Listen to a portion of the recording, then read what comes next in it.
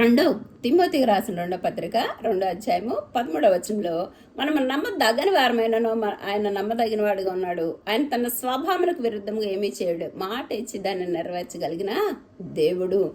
అబ్రహాముతో 70 సంవత్సరాలప్పుడు నీ సంతానం ఆకాశ నక్షత్రాల వల్లే విస్తరిస్తుంది అన్నప్పుడు హాగర్ సంతానాన్ని తీసుకొచ్చి దేవుని ఎరగకపోయినా 100 సంవత్సరాలప్పుడు ఇస్సాకు వలన వాగ్దానాలను నెరవేర్చాడు. మోషే జీవితంలో కూడా 40 సంవత్సరాల ఐగుప్తుని చంపినప్పుడు వాగ్దానాలు తప్పిపోయినా కానీ 80 సంవత్సరాలకు పొదలో కనపడి వాగ్దానాలు నెరవేర్చాడు. దావీదు మహారాజు జీవితంలో కూడా ఆకాశ నక్షత్రం నీ రాజ్యం నిత్యం సింహాసనం నిలిచి ఉంటుంది అన్నప్పుడు బచ్చబాత పాపం చేసి దేవుని ఎరుకున్న దావీదు కుమారుడు ఆయన యేసయ్యను వాగ్దానాలు నెరవేర్చాడు. పేతురు జీవితంలో కూడా మనం చూసినట్లయితే పరలోక దీవెనలో భూలోక దీవెనలో దావీదు దాళం చెవులిస్తే యేసుని ఎరగనన్నాడు. అయినా కానీ అభిషేకం ద్వారా కట్టాడు. కాబట్టి వాగ్దానం చేసినవాడు నమ్మదగిన వాడు. నేను నీతో చెప్పింది నెరవేరు వరకు నేను